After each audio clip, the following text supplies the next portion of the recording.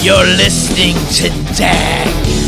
It's the DAG Show, featuring DAG and some other people. Oh, what a shit show we got going on here, Miss Kountz. Holy cow. Well, welcome back to the DAG Show. It's me and Lorrie Kountz from the band Bitch, What Is Mew, Surrender Dorothy, Tough Love, and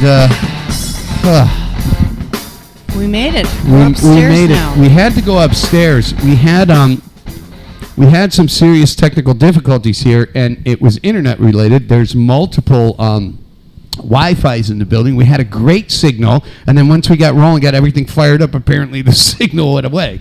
So it became a problem for us. So we're going to just start over. We're going to have some fun. We got a lot of things to talk about, and hopefully some of you are done having dinner, getting ready to go to bed, have sex, do whatever it is you people do. And Lorrie and I are going to talk about rock and roll. So right. Take two. The first one was a trial run. And I'm really glad to be here. Thank you for having me here in your home. Absolutely. You have a beautiful home, by the way. Thank you. And a really cool camper trailer. We love to camp. Yes. Clearly. And you guys are very socially conscious, because I noticed you got a lot of eco-friendly stuff about that camper. That's pretty cool. But yeah, it's a nice ride. Yeah. So and I want to say that song was by 1096. That was Red. That's a song that's getting play here. It's a band that I manage, so yeah, I'm going to give myself a little poke here. But we're here to talk tonight to Lorrie about the band Bitch, about your experiences with Tough Love and Surrender Dorothy, and now What Is Moo, and all these other bands that you've played with over the years. You've been around in this music business since the late 70s. Yeah. You're 89 years old now? Yeah, pushing 90. Yeah. Pushing 90, because I'm 91. No, I mean, you've been doing this a long time, since you were very young, and making some really incredible music and doing some incredible things. I mean, we were going to go back to the Whale days, and again, we're starting over, so if you paid any attention to this again, just be quiet, sit back, go make a drink, and leave us alone. We want to do this right, okay? That's how Lorrie and I roll. Anywho, so now you have this new project, What Is Moo? Yes. Let's start there, and then we'll work our way backwards, because I want to go backwards to when you were 8 years old. Okay. So tell us about what is Moo. Well, first of all, What Is Moo is kind of like the Zen Buddhist thing, kind of, isn't the name? Yes, it comes from when you are Buddhist, you study koans in certain lineages, and What Is Moo happens to be the first koan. It's a riddle to help you work your program, basically. But What Is Moo also means what is no. So the band does have several meanings, and we like that about the band. The name. That's cool. What is no? What is no? So like establishing boundaries. There you go. Oh, I like that. That's pretty cool. I always wondered what it was since we started talking, and we got delayed in getting our interview together. So I had plenty of time to do a little bit of homework, and I found out that it was kind of like a Zen Buddhist thing. Yes. And you are a Zen Buddhist. Yes. And you also are worked in behavioral sciences. So you and Laura, your wife, and you guys are like rocket scientists in my world, because she's a neuropsychologist. She's a rocket scientist for sure. She's a neuropsychologist. We met probably 12 years ago online. Online, yeah. Yes, and I didn't know she played guitar, and we finally started hanging out together, and we had a great time. She plays guitar, and we decided to start the band Moo. What is Moo? How cool is that? Now, is Laura a Zen Buddhist as well? No, she dropped out. She quit? No. She couldn't sit for that long Gotcha. to meditate, right. She's a neuropsychologist, so she does a lot of psych testing, things like that, working with the... You're her best patient? I'm her best patient, yeah. She has volumes on me. I'm her case. Well, Yeah.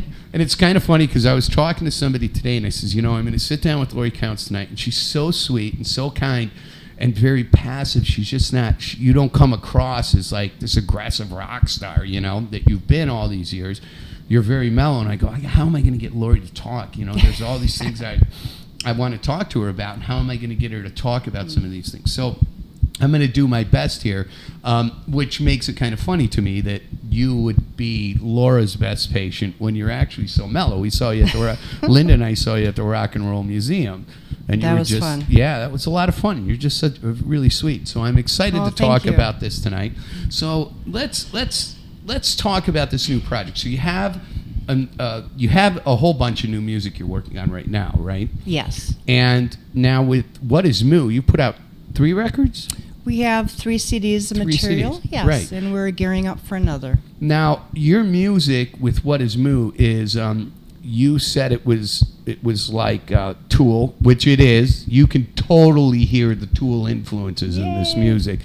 And you didn't even know who Tool was till you met Laura. Exactly. So now you got all this Tool influence, and again, what is the name? Sure. Jesus. It's kind of a variety of Tool meets Porcupine Tree meets Muse. It's very progressive guitar fusion. A lot of it's instrumental, about 65, 70, I'd say 65% instrumental, and the rest does contain vocals. Yeah, and it's pretty amazing. So tell us about who's in the band. You got some guys who've been around forever. You got Absolutely. Fight in the band. Ostranga, am I pronouncing his name right? We have Jeff Fight on drums. We have Art Shear on bass. And we have Eric Gulbranson on guitar also. Oh, where do they get Ostranga? I'm not sure. Mike Ostranga.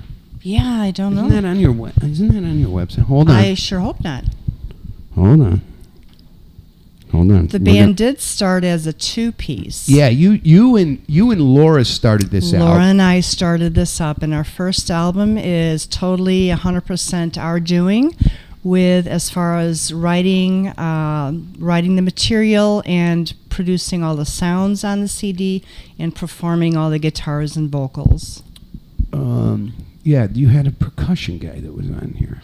Oh, we had, yes. He's not with us anymore. Mike Orfanos. Yes, Mike Orfanos. What a great person. We're friends on Facebook. That's why I asked, because he was doing percussion. But anyway. Yes, he joins us every now and then as a guest. Great guy. And he's also in a great cover band called the Mosquitoes. Oh, he's in the Mosquitoes Jam Band. Oh, no kidding. Yeah, good friends of ours. Oh, see, I didn't know that. And well, I'll do a whole nother show on Orfanos. Sounds good. Yeah, let's talk about you. All right. So, What Is Moo? You can go to whatismoo.com. That is whatismu.com. And they have a whole bunch of videos and a bunch of music that's up there as well. But how did you go from being in the late 70s? I mean, I think Bitch started in, 78, 79? 78, yeah. And then, by the 1980s, you guys were playing everywhere. I remember, when I was young, the Thirsty Whale was popular. Haymakers was popular. And we've talked about this. Back then, original bands were the thing, man. Everybody was in an original band, and then there were, cover bands. For every one cover band, there were 20 original bands. And you could play all week long. I mean, you could go out on a Tuesday and see a band. You don't see that anymore. Right. You might see an open mic night at Moretti's, but you're not going to really see a lot of full bands playing on Tuesdays, Wednesdays, and Thursdays. Right. So when you're making a transition, I mean, this is a lot of years of being in the music business. This is a long time. 1978? Yeah, what, were you like 4? Yeah, I'm 91 now. 91. So I mean, that was a long time ago. So you go from this kind of punk rock band, all female band, to now here you're doing this stuff with Tool. You have this great band behind you. There's kind of Tool infused. And I keep saying that because I can tell by your guitar tones and the way you play that there's a huge Tool influence in Absolutely. there. And then there's this kind of fusion thing that you throw in there that really and we're going to play some of that music here tonight for you, for the people listening. How did you make that transition? I mean, what was it that changed your musical interest to get to this place that's very different than where you started? Well, in the 80s, I was really influenced by the industrial scene, be it Nine Inch Nails, Front 242, Ministry, and bands like that. So that really gave me ideas on how I wanted the percussion and the drums to go. As far as guitar tones, I love Tool's guitar tone. My favorite tone would be like the Rammstein type guitars. As far as rhythm guitars, and as far as lead tones, I really like the Jeff Beck, Joe Satriani type tones with their leads. Well, and you got a beautiful new Hughes and Kettner rig downstairs, which you played for me earlier.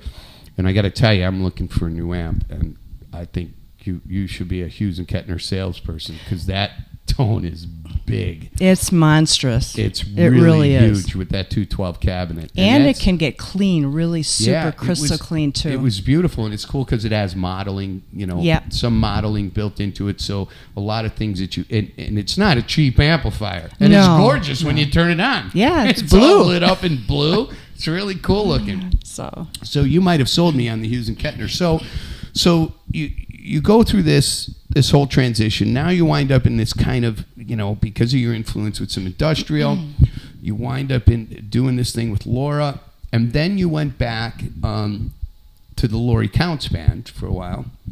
Yes. And then kind of morphed back into What Is Mew again. What brought you? Was it going out and playing for money, or was it? We did do a few more covers in the Lorrie Kountz band. It was kind of a transitional period for us. We finished 2 albums, and we went through a little bit of a personnel change, and we got our focus back, and we started experimenting more with more progressive type styles, different time signatures, to make it really fun and a challenge for us. So you basically, it really became a thing of going, we're going to do something different and try it all. I was reading something about you that you and Laura decided that you were just going to take all these different genres of music and try and squeeze them together. Yes. And see what you could do with that. And that sounds like that's kind of how What Is Moo started. It did. It started with a lot of Indian music influences. So we have your rock guitars, your big massive rock guitars, and then you have in the distance you have like tablas and different type of Indian percussion sounds, and we kind of morphed into that. Some was even like a little Irish type sounding, and we just like putting different genres together. And, excuse me. Oh, Jesus, I'm choking to death here. So, excuse me. Nothing like having lots of problems when you're trying to do things and then choking to death. So now the records that you made, the last 2, was it the record before this one, or was it this one where you guys were in Oregon, in Portland? Sure. You went back and forth, did a lot of stuff over the internet, sending stuff back and forth in Pro Tools. So tell us about that. Absolutely. Our first producer was Lee Popa. He's from Ministry. He did sound in Ministry. He's done sound for Chili Peppers. He was in the band Slamming Watusis back in the 80s, a real popular punk band. And what we did was we recorded all the tracks, everything ourselves here at our studio basement studio, and then we just shot them out via Dropbox to the Ice Cream Factory, which is Isaac from Modest Mouse's studio, and a really fun place. He's a nice guy. He showed us around. Lee Popa and the band spent about 5 days just mixing and mastering the CD. The coolest thing there that I met, the coolest thing that happened was I met Paul Barker of Ministry. Now, Ministry was always very influential in my type of music. So when I met him, I went from playing massive leads to not even knowing what notes were on my guitar. I was just like, oh my God, my hero. And he turned out to be a really nice guy. I went to his personal studio. We did some recording, and he actually asked me to play live in his band Lead Into Gold. It's a side project, and we did some dates live. Really? So with Paul Barker of Ministry. And how long ago was and, this? This was about maybe 6 years ago. Really? Yeah, we played the Cold Waves at Metro. That was a lot of fun. How cool is that? Well, you're a hell of a guitar player. Well, thank you. You really are a good guitar player, and it comes across in What Is Moo. I mean, it's pretty impressive, and I listened to that music all day today, and I'm going to let you pick what you want to play today here for the audience. But I kind of want to, just like I said, I want to kind of start here where we're at, and then work back to, the beginning. It's pretty exciting. So how about we play a song for the audience? Absolutely. From What Is Moo? And, sure. Let's. What do we have there? We have. Let's see here. Hang on a second. And what's our choices? I moved around because. Hi, Eddie. Yeah, let's say hi to a few people while we're there. Sorry about the delay we had here for you today, guys. But sometimes technology just doesn't work the way it was. Sometimes the internet gives us a hard time. Hi, Donna. And let's see here. What do you want to play from here? Let's go with Awareness. Awareness? Great song. All right, we're going to play some Awareness by What Is Moo. I'm here with Lorrie Kountz on the DAG Show, and we will be right back. Let's see how long this takes to fire up here before I sign us off. To the song. Here it is. Look at the circle spinning. Tick tock, tick tock. Tick tock, tick tock.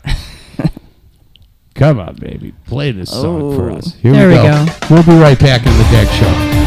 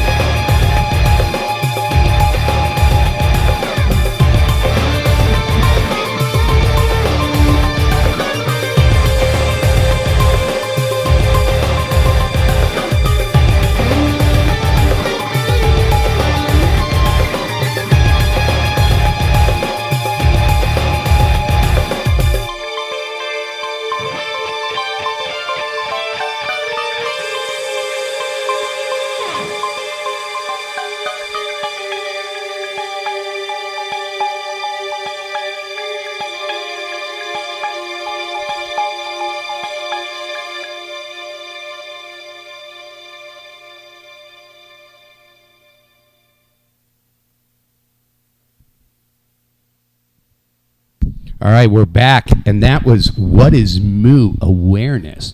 So it's an instrumental song, very heavy influences. What would you say is your biggest influence in this tune here that we just listened to? That tune, gosh, a lot of the Indian sounds was the biggest. We wrote that song with the Indian percussion and everything first, and then everything got layered on top of it. So now, you were saying to me earlier that you really hear the drums in your head. That's one of the first things you hear. So when you're writing, how is that process for you? Do you get a drum progression in your head and then you write around it? Because it's an odd way of writing for a lot of people. Yeah, a lot of times I'll hear a specific drum beat in my head first, and we'll start from the drums, and then I'll layer bass on top of it, and then of course rhythm guitars next, and so on. So you kind of almost work backwards. I do. I would say about 70% I work backwards. The other 30%, yeah, I hear a good guitar riff and I start from there. But the drums, to me, drums and bass are the most important part of each song, especially for What Is Moo. It's really important for me to hear a very strong bass and drum beat for me to be inspired.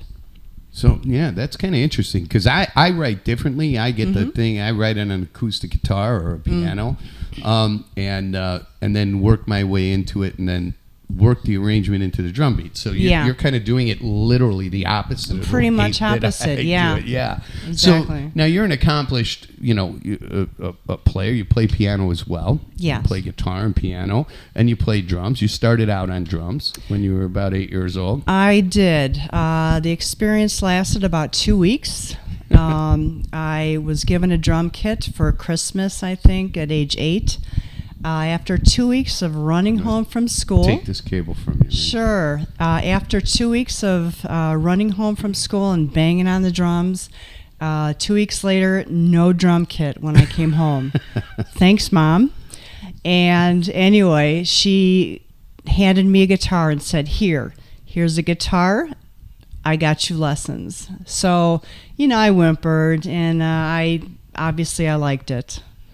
But I was a frustrated drummer. Now, did you take a lot of lessons, or did you take, like a lot of guitar players, a handful and basically self-teach yourself the rest of the way? I self-taught myself rock, but I took 12 years of classical guitar. Oh, goodness gracious. So, yeah, I'm very schooled in note reading and classical guitar, but then I hit 17, and I heard Aerosmith, and I was like, that's it. That's so where I want to be. I'm joining a rock band. Yeah. So now let's go back. Let's go back to 1978, 80, through 81.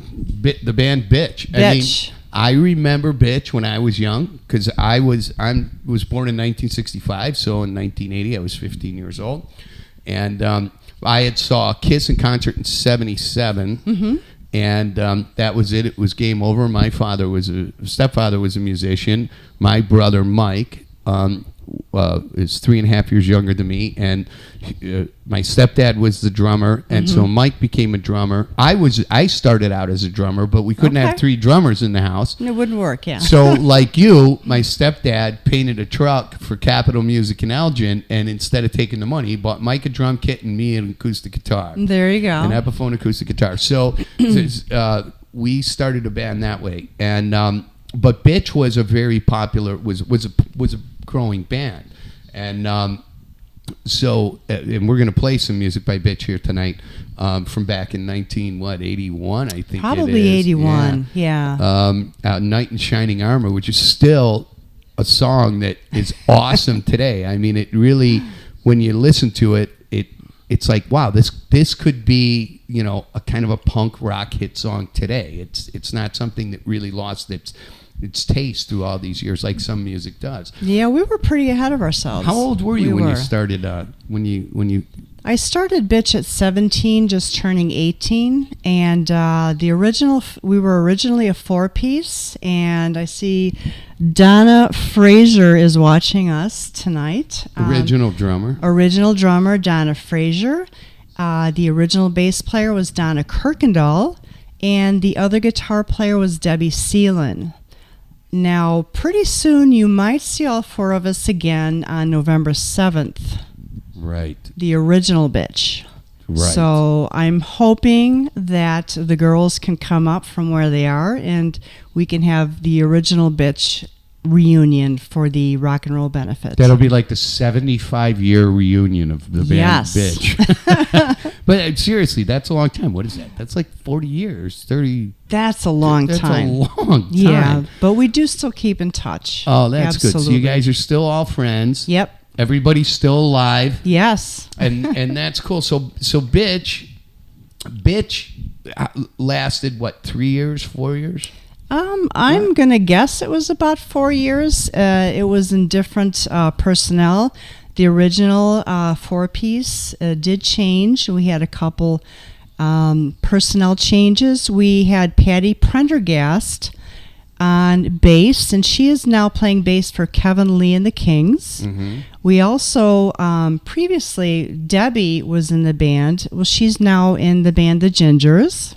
She plays guitar for The Gingers. Oh, and I just saw the Gingers not that long ago. They were very, very good. I enjoyed that. I saw them at, I think it was Sundance Saloon. I saw. Yeah, they're a great cover band. Yeah. They're going to be playing with us this coming Saturday at Empty Barrels in Schaumburg. In Schaumburg, Illinois. So Yep, if you're 8:30. here in Schaumburg, get out and see What Is Moo. Yeah, we have And the some new Gingers. music coming up. So now you here you are. You got this band, Bitch. You're co-founder of the band. What happened?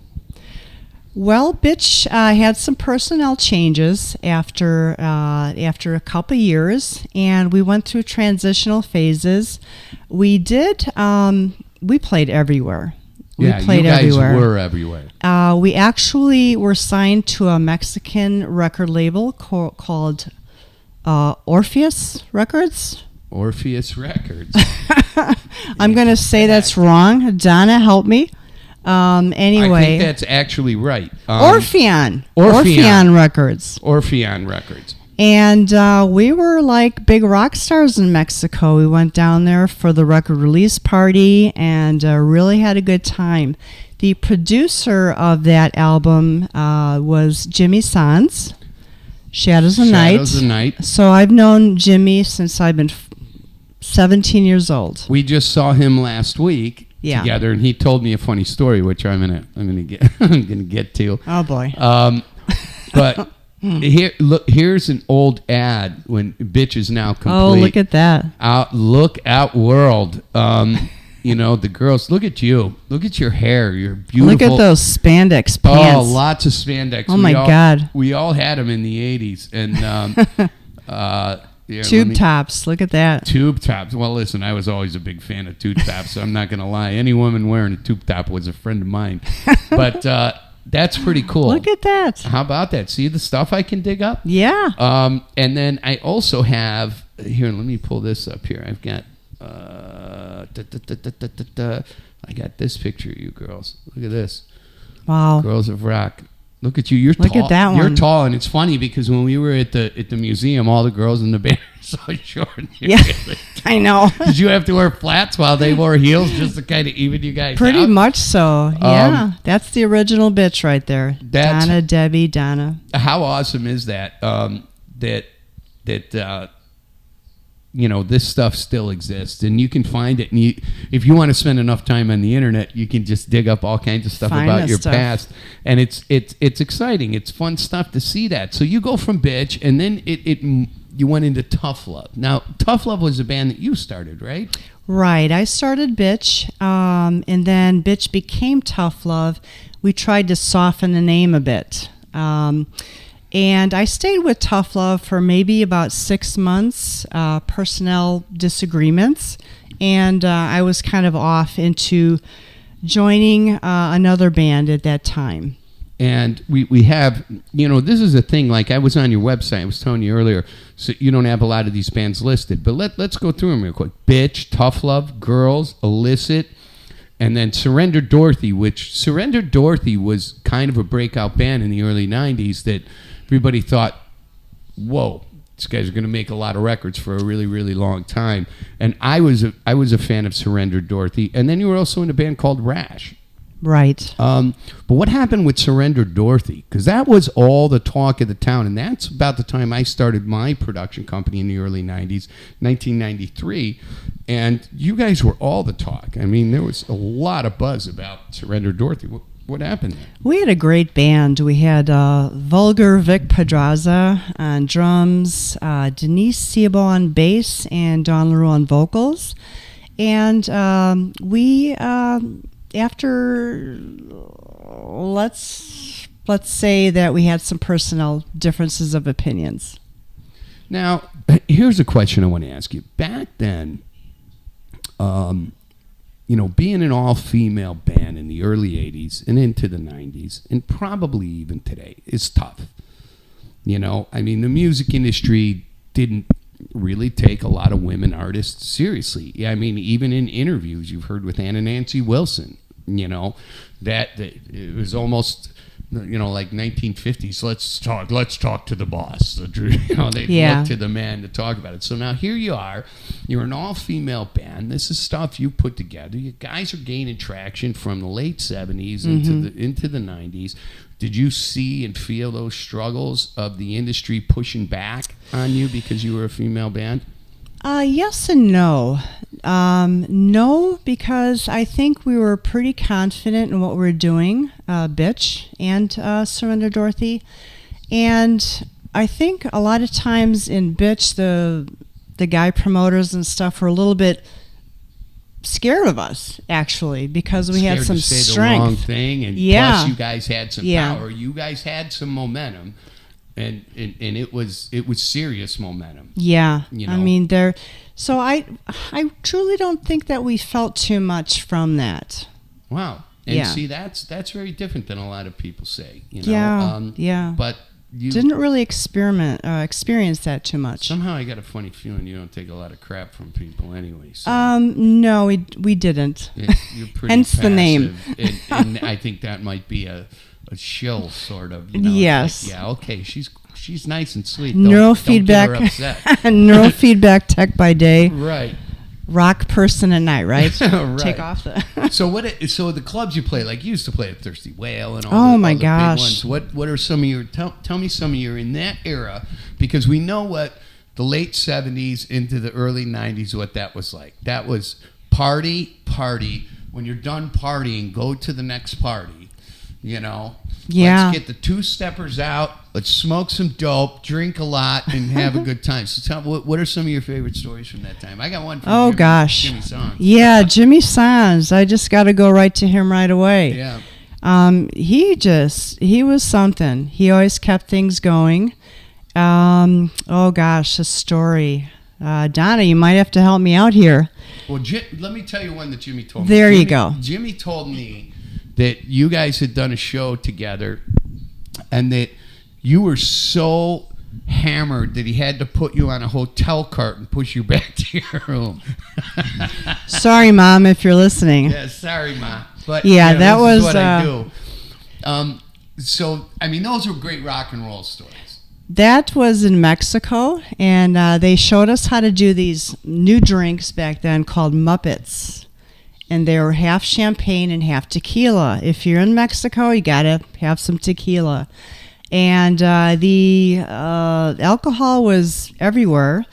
It wasn't hard to find. And we pretty much got hammered that night. But you don't drink anymore. I don't, yeah. I drank enough back in the 80s that... To last you 2 lifetimes? 2 lifetimes, yeah. So what do you miss most about the 80s rock and roll scene to the 90s to the 2000s, and now we're in the 2020s? Sure. Jesus. Oh, gosh. My God, did I just date myself? God, that seems so long ago.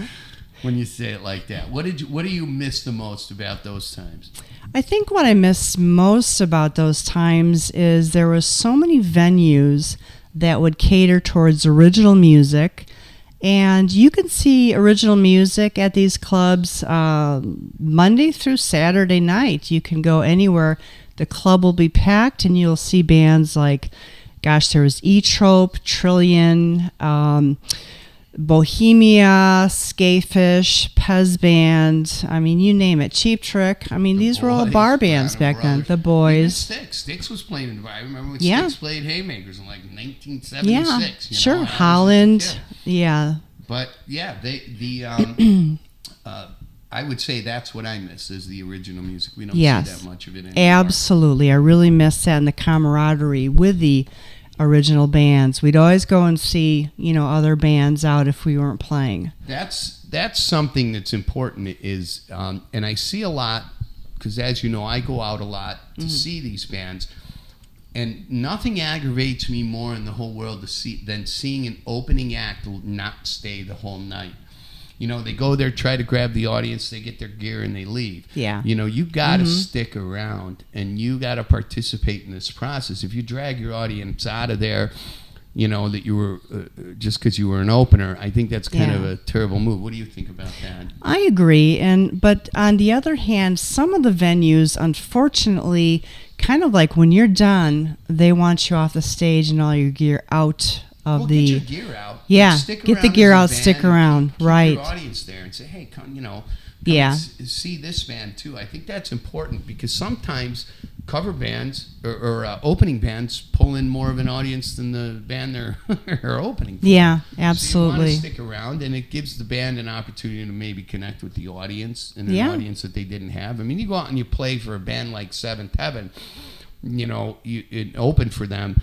There's going to be a lot of people there. As a band, you would want to take advantage of that to try and grab that audience, get to know them, and let them go, hey, absolutely. You know what? Lorrie was really nice, and I think I want to go see their band the next time when they play. Get the next some club. more fans to like your music. What's the best advice to new music that you could give to young artists today?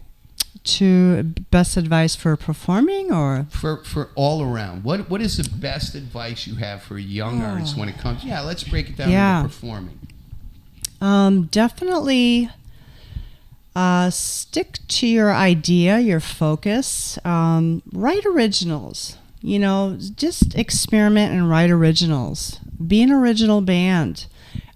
Play some covers if you need to get into the club scene, but definitely start, getting those originals in your set list, because that's where you're going to really feel good about creating music, and you're going to have a better time with that. I think it's important to learn cover music. It's an important way to learn and kind of master your instrument and get ideas. And, right, become a band. Yeah, and become a band and be influenced by other people's talent and musical abilities. But I'm 100% in agreement with you. Play original music, write songs. Get out there and put yourself out there. It's hard to do. The hardest thing I do, and I still write, is being as open as I was when I was young, lyrically. Musically, I don't have a problem with it, but lyrically, I struggle with it now. I'm a little more reserved than that, and that's probably one of the reasons that I don't do a lot of playing out anymore. But do you find that because you're in the What Is Mew project, you're doing a lot of instrumental, do you find that you have an easier time expressing yourself through the music or through the lyrics? Because most of what Is Mew is doing is instrumental. Do you stay away from the lyrics because you can't find a way to bring you there, or is it just not something that's that interesting to you?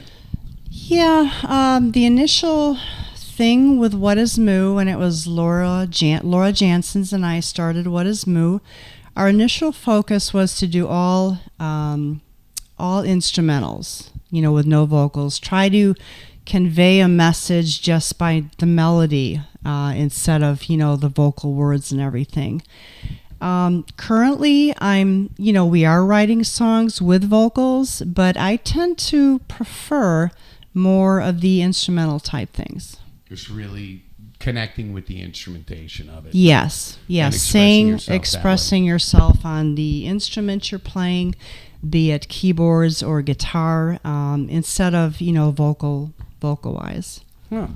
I like that. You know what I'd like to do, though? And I stumbled across this today. And this is the band Bitch from This has got to be 1979 or 80. This is 80, 81. This was off the album. 80, 81. This is Knight in Shining Armor, and this is a great tune. And this is a song that still carries its weight today, as much as it did then. And it's hard to write music like that, I think. But when you get into the punk and the rock genre, I think you have a better chance of having it stand the test of time, because pop music has so many different transitions over about every 7 or 8 years it starts to change a little bit. This is just hot chicks up there banging these instruments and making some things happen.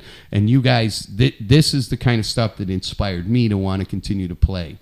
So honestly, the band Bitch and Tough Love, those were bands that inspired me to want to be a musician. So you're kind of a hero of mine. I hate to say that out loud, but I'm humble enough to be able to do it.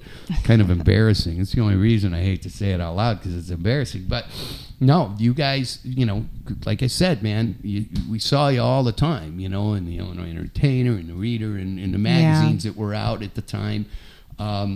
Yeah, we must have played every Malos.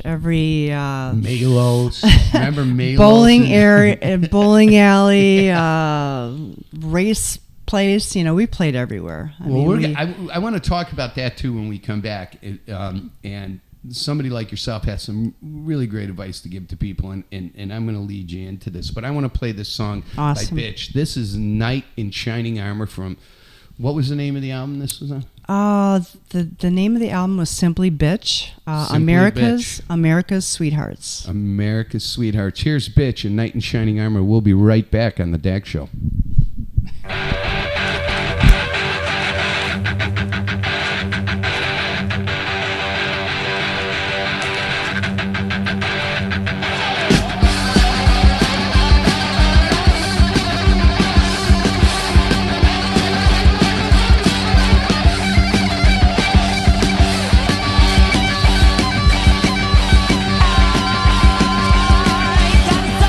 Regulator, missing my drive. Already in my arms, too.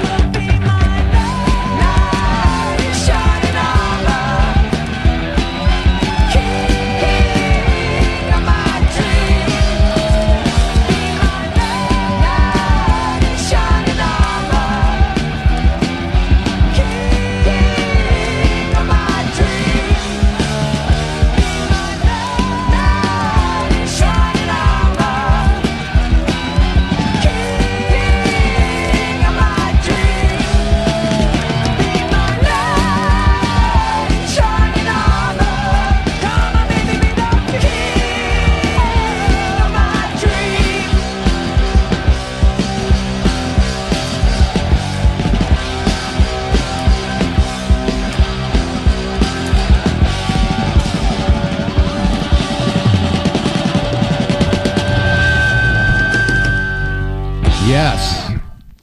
Bitch, Knight in Shining Armor. Take that. Great song. Take that, put that in your pipe and smoke it. And, I noticed at the There's end of a this... terrible curse that plagues guitar players I once noticed they at the reach end the of this, intermediate... you talk about Jerry. Yes. How long ago did she pass? Oh, I don't really remember. Maybe 15 years ago. Has it been that long? I could be wrong on that. Yes. Her sister was, Terry was put up some videos of her. And yes. She was clearly a rock star in her own mind, Jerry Absolutely. was. And her band was fantastic, and what a girl full of energy. It's such a shame that we lost her. Yeah. It's way too very soon. unfortunate. Yeah. She was a hell of a player. She was. But so anyway, that was Bitch, and that was Knight in Shining Armor from the album Bitch. America's Sweethearts. America's Sweethearts. And, you can find that stuff on YouTube. Go back, listen to it. You got to dig, a lot of stuff. A lot of this technology didn't exist. Well, none of it existed back when we were doing this stuff, and you were doing these things in the 80s. The internet didn't really become a thing till the mid-90s for everybody to have access to it and really start using it. To 1992, 91, 92. Mm-hmm.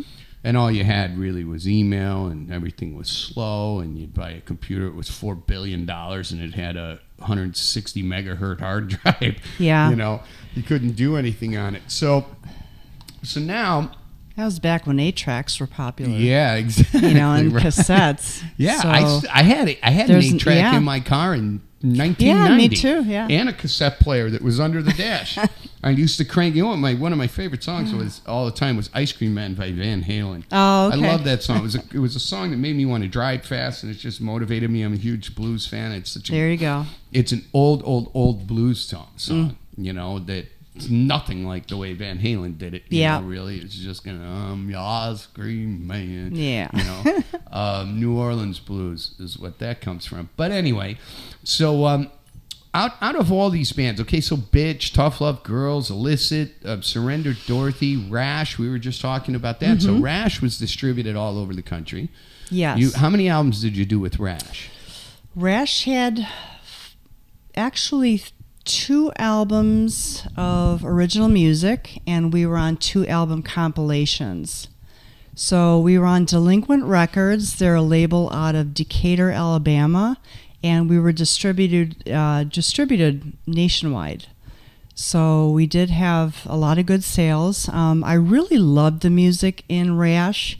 It was very industrial type. Keep talking. Yeah, Rash was very industrial.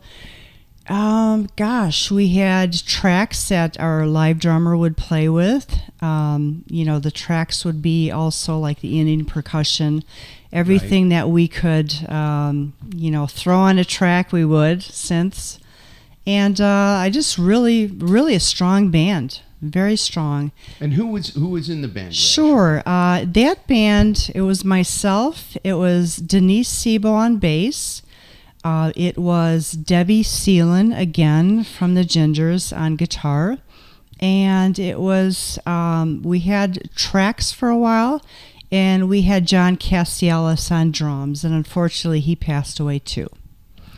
But what a lineup. We had such a big sound when we played live. It's such a shame that a lot of this stuff didn't exist. Oh boy, here it's going to it doesn't. And a lot of stuff, this isn't you guys. No. What we could have done so differently had this technology existed for us back then. Rash was together, I noticed in your notes here, till about 1999. That's about the time, in that time when the music industry was starting to crash. And all the record stores were closing. All the radio stations were being bought up by big conglomerates, Clear Channel, and being, programmed in New York and out of Los Angeles. There was not a lot of vehicles for new music like what Linda and I did when we were on the Bear. Though everything just kind of started to evaporate. Yeah. And it was really a shame. And that's when you started to see the big shift. I think it was, remember the Beatles band that came out what were they called? They were a tribute band to the Beatles. Modern English? No, it was Wrong bigger name? than that. They were touring globally. Oh, okay. And Modern English became an offshoot of that. Mm-hmm. But that's when people went, well, wait a minute, we can just replicate our favorite bands. And that was the beginning of the whole tribute thing. Oh, yeah. And yeah. it just grew and grew and grew. And again, we don't by any means, I don't by any means mean to slam tribute bands. That's not where I'm going here. It's just that's when there was this giant juxtaposition.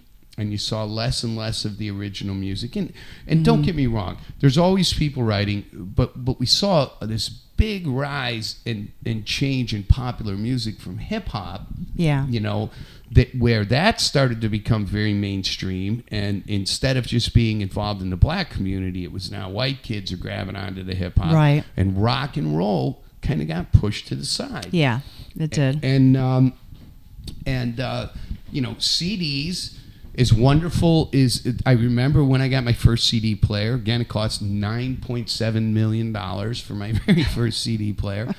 And you put it in. The audio quality is spectacular, but there's the magic of opening up an album was gone. Yes. And the whole experience of waiting at the record store, or remember cutouts at the record store. Yeah. Every record store had a cutout bin. So maybe the album that didn't do as well or came out 5 years earlier and it wasn't selling that well, you could buy the cutout for $2. Yeah. And an album was $9, and you would get home and you would unwrap this and you would hope that it opened up, But regardless, you'd pull the sleeve out. What's on the inside? Yeah, and you'd see cover. the pictures. It's and more of an intimate type thing It was when a you big have an deal. album. There's a smell associated Yeah, with vinyl. what is Moo? We put out our first was an album too. We did that. Yeah, you did it on vinyl. I saw that. And when I recorded with Paul Barker of Ministry, he put out that on an album, and he didn't even put that out on CD. Yeah, see, I got to be honest with you. I recently got a turntable again. Actually, my son bought me one for Christmas one year because I was all CD. Now, you can't. It's hard to sell CDs and albums because everything, you just download it. Yeah. And poof, and you can buy songs. Oh, well, I like this band, so this is what kids don't get today. You listen. When you bought an album, you listened to the whole thing. You might not like every song on the album, but you were initially brought to that album because of the song you might have heard on the radio. Right, and you listen to all the tracks. All of them. And now it's like, well, I like that song, so I just buy that one for 99 cents. Right. And one of the best interviews I ever heard was actually on Howard Stern's show with Monahan from Train, saying, we don't make any money selling records anymore. We make money doing concerts and selling merchandise. Yeah. Oh, that's... So how hard is it now to sell a record for a band like yours to, if somebody's just going to go, well, I like that one track or two tracks, so instead of getting the full $10, you're getting $1.98. Right. And if you're signed, you're still got to give away, you're still only getting about 25 cents on the dollar for that. Yeah, even if cases. that, I sold maybe 25 years ago, I sold a 12-string Hagstrom guitar to Billy Squire's guitar player. And I got to meet him and hang out with the band and stuff, and he bought the guitar. And what they said to me, it just solidified everything you just said. I said, did you guys, how'd you like the Horizon? They loved it. I said, oh, he must have made some money. And he laughed, and he looked at me, and he said, well, we sold a lot of T-shirts. Yeah, that's where it's at. You got to have bands need. So to even have bands at merchandise. that level, weren't making that much, as far as the live performance, but they were making a mint on their merchandising. Sure. Yeah. And that's the thing. Even for young bands today, and bands that I work with, the band in particular I work with, that's a big thing that we're working on is the merchandising. Because you're going out, you're an opener, you're trying to build a name for yourself, you're not getting paid a lot of money. You got to sell 5 T-shirts and maybe a couple of CDs. Yeah. Now what is it? What do you put your music on? There's a lot of new formats out there that are really interesting. You can load your music up on a card, you rub it past your phone, and boom, it downloads into the person's phone. That's insane. It's madness. I still like that CD. I know, so do I. But you know, I like the album better because the CD still doesn't tell the same story as the album. You can make that fold out as big as you want. The print is so damn small on it. I know. I can't read it. So it's just ridiculous. It's like I need a magnifying glass to read it. But the CD I think was kind of the beginning of the end of the coolness of purchasing a record. You know? So it's hard. And when you're making an album, how do you perceive how you're going to get people? How do you decide how do we get people to hear this? Other than playing out live, which we just addressed is a tough thing to do. It's hard to get opening gigs. How do you anticipate getting it to the people and getting your music to the people, other than maybe just marketing it to commercially to movies or soundtracks or commercials or whatever the case may be? What's your plan? Do you have a plan for that? Well, our plan is basically we just keep writing material and we keep recording material, putting it out there, seeing what kind of response we get to each song. Sometimes we'll put a few songs, back on the back burner because we don't see that kind of a response that we're really looking for. Gratefully, there's some venues that we have been playing that are a little bit catering towards original music, and there is a venue that used to be called Max on Slate in Palatine, and it's a small club, and they're not together anymore, but they would have original bands. They'd have Uric come in there and do his KY2K band, because Dave Uric is also in a cover band out there. But we would play there, and the audience was more of a listening audience, and they really enjoyed the band. Well, they have new owners now. It's going to be called Mad Cats, and they're going to be open probably at the end of August for the Palatine Street Fair that time. Rick Lucier, great friend, known him for ages, producer. He's going to run it with Mad Cat and a few other people, and we're super stoked about this club. Oh, that's very cool. Yeah, we'll be there once a month on Wednesdays. Oh, really? Almost like a house band. Right. Dave, the old days. Dave Uric and his band KY2K will play the first Wednesday of each month. We'll play the second, and then they'll also have other eclectic original type bands play on the weekdays. Oh, that's going to be awesome. I can't wait. So they're going to have music throughout the week, live music. They're going to be like the only people doing that right now. Put that on your radar. It's Mad Cats. It's in Palatine. It's going to be super Illinois. Cool. Yep. Well, see, this is something I'm really looking forward to seeing happen, which is as you know, I'm super motivated in the original music. I'm super motivated to talk about the original music, and this is going to bring me to the museum now that I'm an associate historian with the museum and working my way up that little ladder, or very big ladder. The Illinois Rock and Roll Museum, a lot of you people might not know that it exists, but it's in Joliet, Illinois, right at the corner of Lincoln Highway and Route 66. And it opens next year.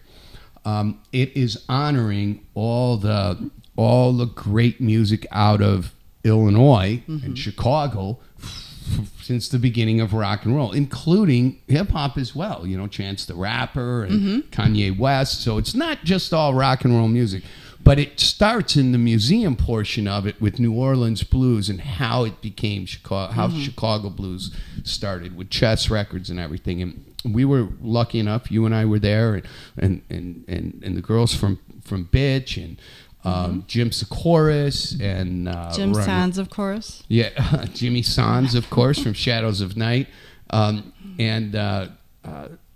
it's really going to be an exciting opportunity to be able to talk about not only the history of Chicago music, because a lot of it relates to Chicago. Even Cheap Trick's considered a Chicago band, even though they're out of Rockford. So is Styx. Chicago's the third largest city in the country, so it makes sense that they do it that way. But anyway,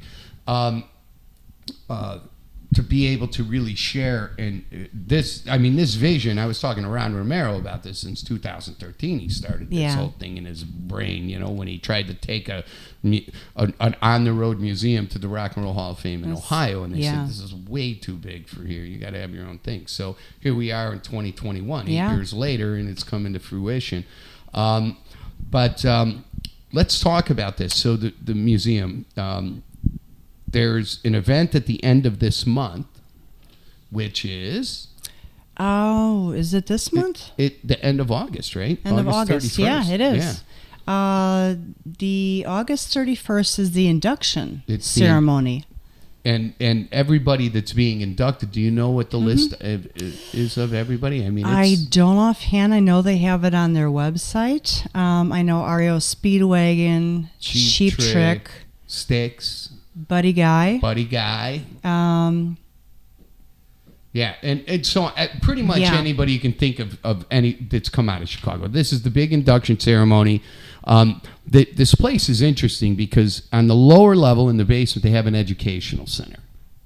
Then on the main floor, they have the gift shop and the hall or the museum. The museum. Mm-hmm. And in the front windows, they have 2 radio stations. One's active and functioning, and there will be radio broadcasting from that front window like they do downtown at WGN.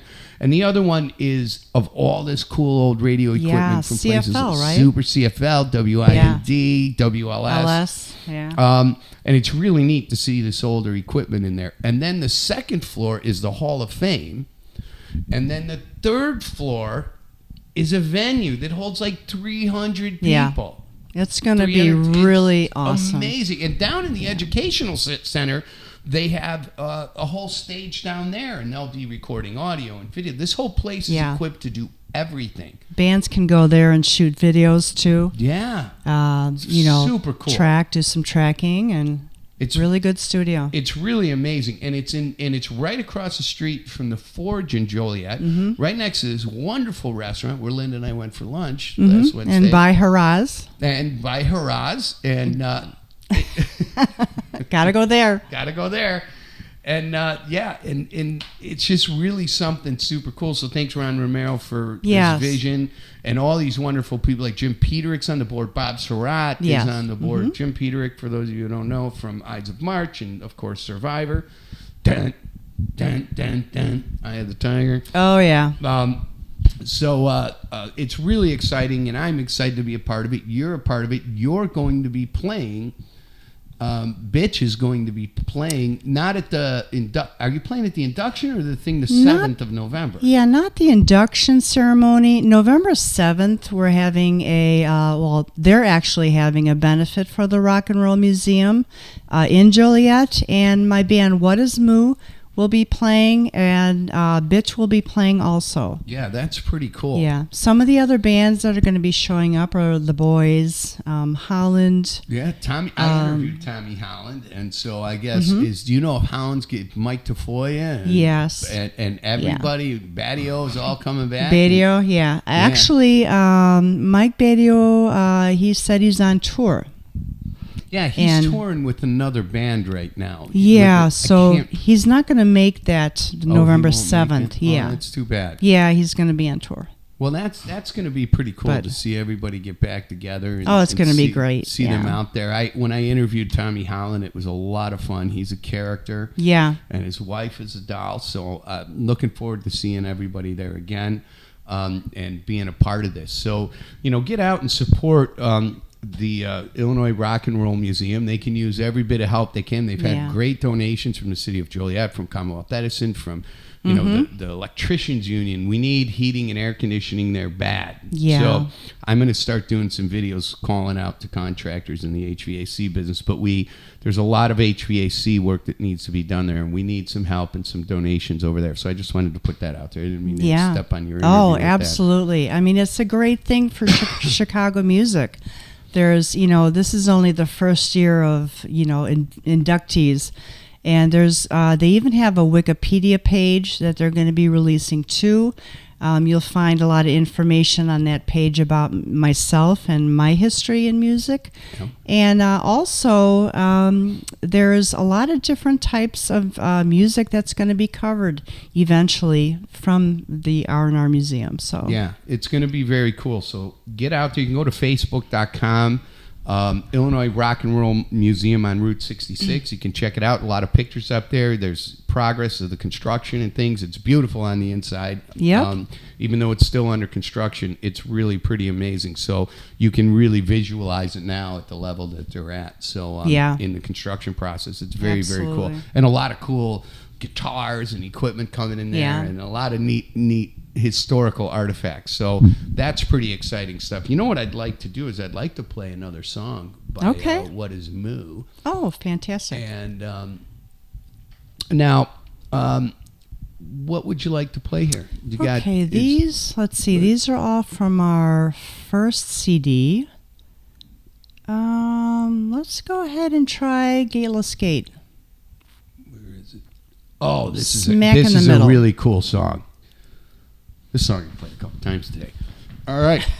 Gateless Gate here by What Is Moo. We'll be right back here on the DAG Show with Lorrie Kountz. It's Lorrie Kountz. Yay.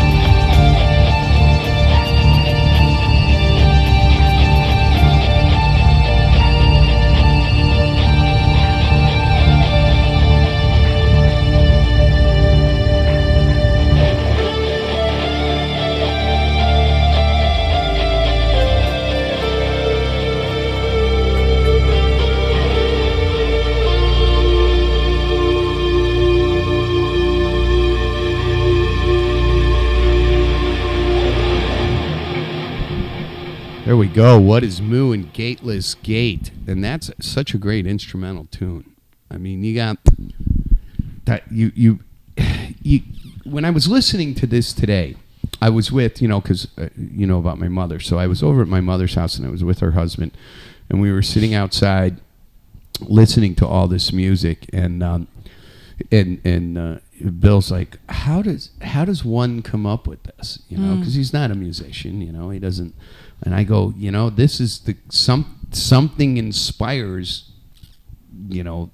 this woman and to come. Yeah, I mean, because we were listening to the bitch song and how you go from there to there, and that's where he's having the disconnect. As he's like, how do you go from one thing like that to the other? And I said, think Hootie and the Blowfish and Darius Rucker. Yeah. I go, just go. You go from pop rock to country, same kind of thing.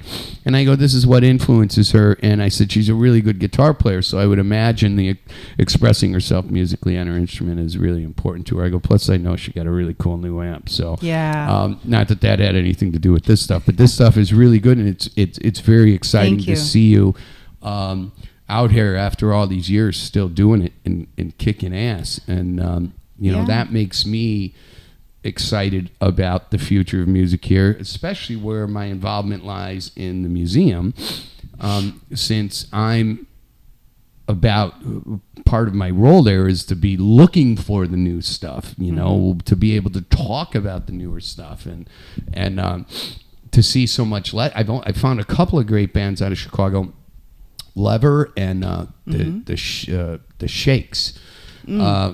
Which are really good bands, and they're younger guys, and there's some more out there, but I'm not sold on them. One of the things, so let's talk about something here a little bit. Keeping a band together. Now, like you said, you went to Tough Love. You were only with them for about 6 or 7 months or whatever the case may be. What is the magic bullet to keep a band together forever? Oh, that's a tough one. A lot of trial and error, I think. Just really be friends, if you can be friends too.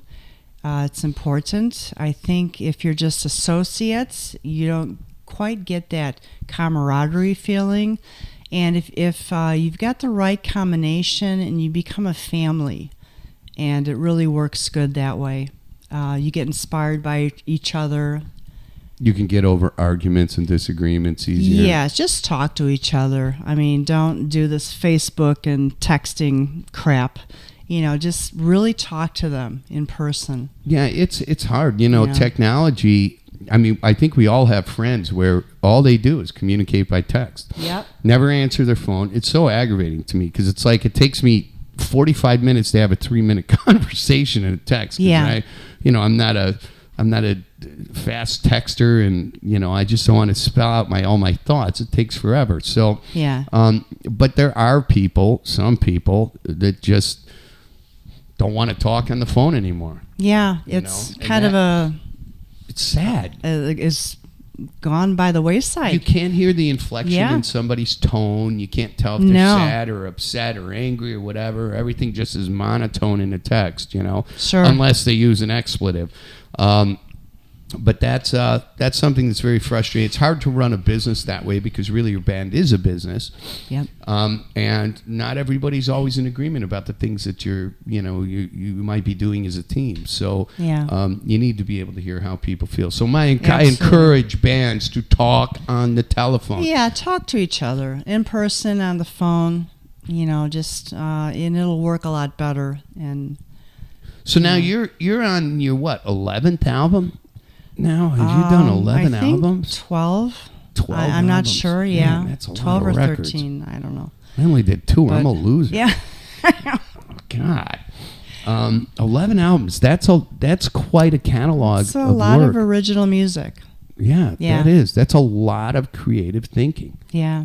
Boy, you are a remarkable woman, Lorrie. Well, thank you. But I'm still going. And it's really fun to see other musicians playing as long as I have. You have Mike Tafoya. Mm-hmm. He's in the band Tafoya. Formerly from The Boys. The Boys in Holland. Who else is out? Was he in Holland or just The Boys? You know, he could have been in Holland. Oh, that was Patio who wound up in Holland. Yeah, that's right. But Patty Prendergast in the Kings. Right. I love Kevin Lee in the Kings. Yeah, Kevin Lee. He's been around forever too. So it's really good to see us old dinosaurs still kicking it around. Well, and you're not just kicking it in rock and roll. You got you and Laura have a whole new company coming out, giving lessons online, music lessons. We're going to break that out, very shortly. It's on your shirt. It's on my shirt. GoShredGuitar.com. And what we're going to be doing is I'm going to be giving online guitar lessons. Also, you'll be able to purchase specific subscriptions to secret licks and things like that. But it's basically going to be beginner series of music. Going to be in rock, a little bit of jazz, but mostly rock and blues. It's going to be beginner, intermediate. We'll have advanced video too. So not only can you learn by actually one-on-one with me through Zoom, you can also learn through the videos and subscriptions. That's so awesome. So that's like the female Steve Stein. Steve Stein, that's who we're modeling it after. That's who I'll tell you, he's a hell of a guitar teacher. He's too. Awesome. And I bought all his stuff. Did you? Yeah, I have the whole package. And no matter how long you've been playing guitar, it's like being a doctor. You can't, or a mechanic. You take these refresher courses, you learn new ideas. Yeah. And he's a big proponent of making sure that you're kind of always brushing up and learning new stuff that somebody else had maybe never thought of before. But Steve Stein's a great guitar teacher, and it's great to see you starting out there and doing this. This is great because we need this. There's so many people online doing guitar teaching, and so many of them. Sorry, guys, you guys suck. You're terrible at. They're terrible. You know what it is, and I see this with people. And I'm sorry, my allergies have been really bad today. So sorry for having to wipe my nose.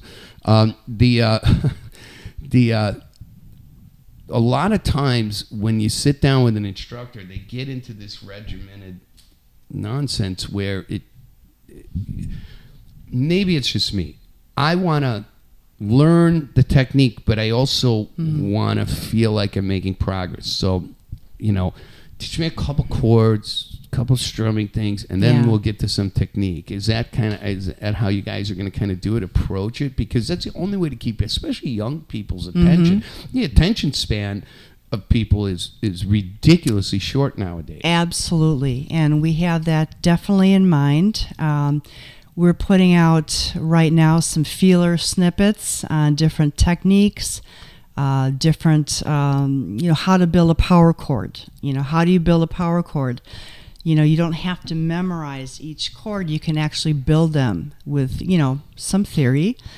But we'll definitely go over a lot of the technique that I was brought up with classical guitar, but turned into rock format. I've taught for 30 years prior to this YouTube channel, Go Shred Guitar, and it's way different now.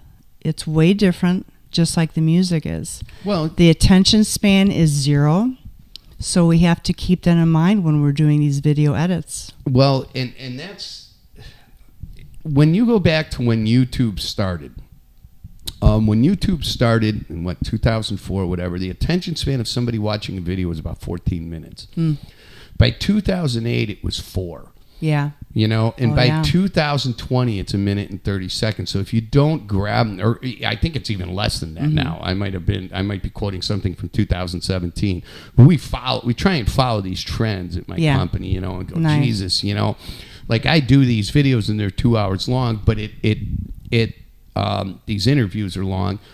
But it takes a whole week for us to see the real result of what it is, because people get busy. People's lives are hectic and so on, etc. So if you don't kind of engage them right from the get-go, you're completely lost. And I noticed I had a couple of guitar students, and one was a young lady, a friend of mine's daughter, and everybody their attention span is so short, but she wants to learn a song. She's like, I love this song by Cage the Elephant, And so I teach her a couple of chords and go, okay, but we have to get to some structure here. So, I need you to practice these, some of these rudimentary little lessons here. Otherwise, this song's going to sound like crap. Right, You're right. never going to make that song sound good just knowing the chords. You need those scales, those techniques. You need to know how to, have some emotion when you play it. You need to know how to attack it. You need to know your scales and so on, etc. So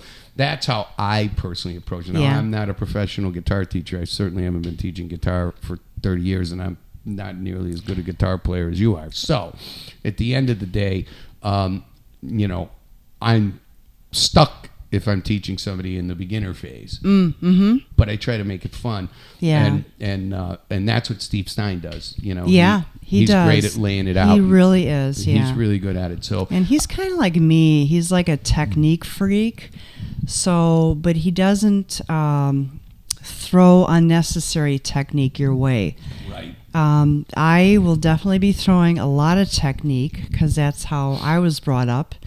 And, you got your scales, you've got your pentatonic, your major, your minors, your diminished, your augmented. I mean, we'll definitely go through all of that structure, but with a reason. I mean, they want to play a song. So we can definitely go over specific things, according to each song also. That's awesome. But, it's going to be a beginner course at first, and then we'll start the intermediate phase and then the advanced phase. So right now it's really fun because we're doing a lot of videotaping downstairs. And it's fun going over the stuff that you learned, like from square one back in the day. So, do you find it going back to the most simplistic things sometimes it's kind of hard? Yes, in fact. It's like, oh yeah, now I remember that. Yeah. Yeah. It's like you got so advanced that this really simple stuff becomes difficult to play. Yeah.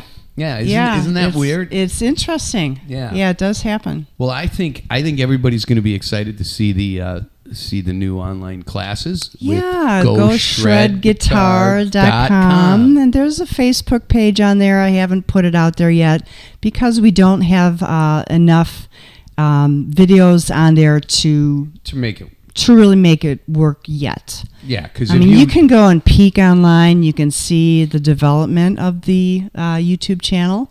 That's kind of fun. Well, we're going to be. I'm here to support this. So when you guys are ready to really launch, send me your logos, get it out there, and we'll be pushing it on the DAG show. Cool. Want to see great things from what you and Laura are doing, and obviously with what is Moo. This weekend you're playing with the Gingers at Empty Barrels, Schaumburg, Illinois, on Weiss Road. That'll be a great show. Yeah. Gingers are a lot of fun. You guys are a lot of fun. You got to go in and say, hi, Lorrie. And Lorrie will come up to you and go, hi, it's so nice to see you. She's so mellow. And then she'll get up on stage and rock her ass off. It's really crazy. It's so funny. Back in the day, just to interject here, people would look at me and say hello to me, but I didn't have I always had dry eyes. So it was hard for me to wear contacts. So I could never see who was talking to me, and people thought I was a real bitch. And I just didn't see them. I hear the name Lorrie, and I'm looking around like, who is that? So yeah, a lot of people thought I was a little bit snippy, I think, back then. I got LASIK, so now I could see. Now you can see fine, and it was from the first time I talked to you, and I've known of you for so long, and like I said, you guys inspired me through your career in the beginning. And but when I first talked to you, I'll never forget, I hung up the phone and I talked to Linda shortly after, and I went, oh my God, she's so nice. I'm going to screw this all up. I'm going to totally blow this whole thing. She's so mellow. And it's funny because there's a lot of bands like that out there. You talk to some of these bands, they're up on stage, tearing the stage to pieces. They come off the stage and they go, hi. Hi, how are you? Hi, how are you? It's nice to meet you. And they're all, shy and timid and this and that. Not that you're shy and timid, but you're just very sweet. And you're very kind. Thank you. And This is a lot of fun, and a lot of fun tonight. I'd like to stay on top of this, and there's more of this coming. We have many more interviews coming. Wait till you see the interviews we got coming. We got a whole bunch of them. Who do you have coming up? We got Jimmy coming up. Oh, Jimmy Sands. Jimmy Sands. Thesaurus is going to be coming up. Good. I think we're going to get Joey DeMarco. That's Oh. going to be a good one. I'd like to be there for Joey. I don't know if Joey knows about it yet, but Joey's going to do this interview. Dino sent me a whole list. Dino somehow drafted himself into this whole DAG show stuff, which is great because he's so helpful, and he's in contact with a lot of people that I don't talk to that regularly, so it kind of makes it easier. But Dino's just been absolutely fantastic in supporting the DAG show, and great. And we got the Stephen Mueller interview coming out, although that one's pre-recorded. That's going to be was really exciting the other day, as was this, and just a whole bunch of people that were hitting up constantly. So and a majority of it is all rock and roll from Chicago. So I really want to stab that, and I'm looking to do a Tommy Holland, revisit the Tommy Holland thing. I think after we get through this stuff in November and in August and November, I think this is going to be a good opportunity over at the Hall of Fame for us to really connect with a lot of really great names. It'll be fun. I saw a band. I'm a big blues guy.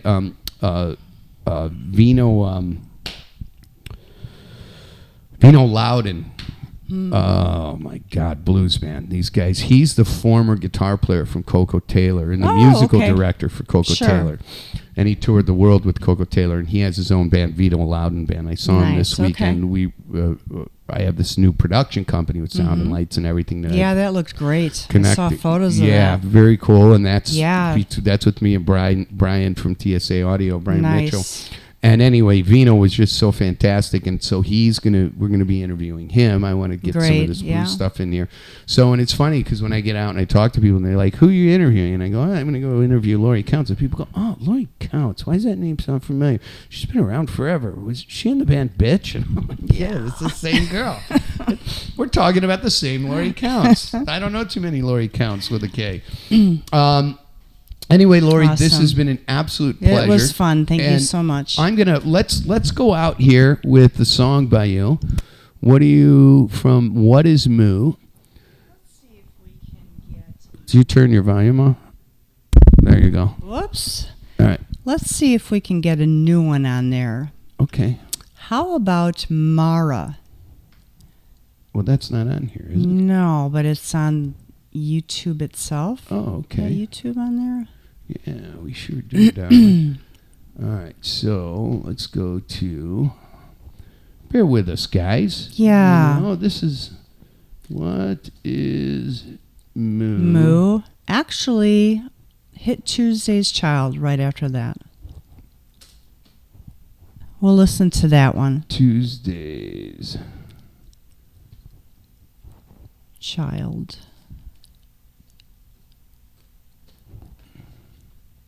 Okay, let's go here. Let's see. There you go. Okay, Tuesday's Child. That's off our last album. Into Frenzy. Into Frenzy, recorded. That song Into Frenzy is awesome. I love that song. That's a really cool tune. We love playing that, yeah. That's a lot of fun. Yeah. Big Tool influence in that one. Yeah, there is. All right, we'll be right back here to say goodbye. Okay, here's a commercial. Oh, see, It ends in 3 seconds. 3 seconds. Okay, now there's a Liberty Mutual commercial. 4 seconds. Isn't that fun? Thank you for your patience. Jesus. What is Moo? Into Frenzy. We'll be back here on the DAG Show to say goodnight. Take a listen. Tuesday's Child, not Into Frenzy. It's from Into Frenzy album. All right, I'll be back.